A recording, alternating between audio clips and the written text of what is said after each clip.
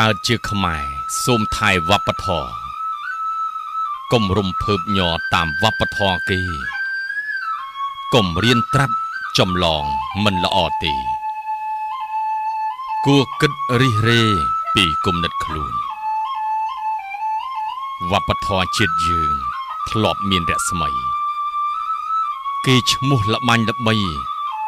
កិត្តិយសសំសួនខ្មែរច្នៃប្រឌិតគំនិតមាសខ្លួន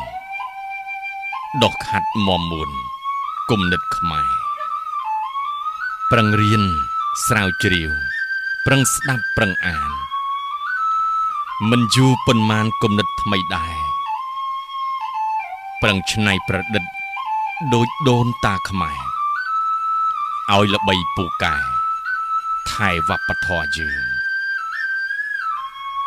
វប្បធម៌ជាតិយើងកំពុងដុនដាបវប្បធម៌គេសាបព្រោះលើដីខ្មែរយើង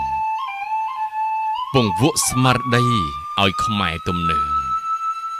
ឲ្យคล้ายជាឆ្លើងស្អប់វប្បធម៌ខ្មែរកវីបណ្ឌិតបញ្ញវន្តសាសខ្មែររួមគ្នាជាខ្សែកុំនៅបងអង្គ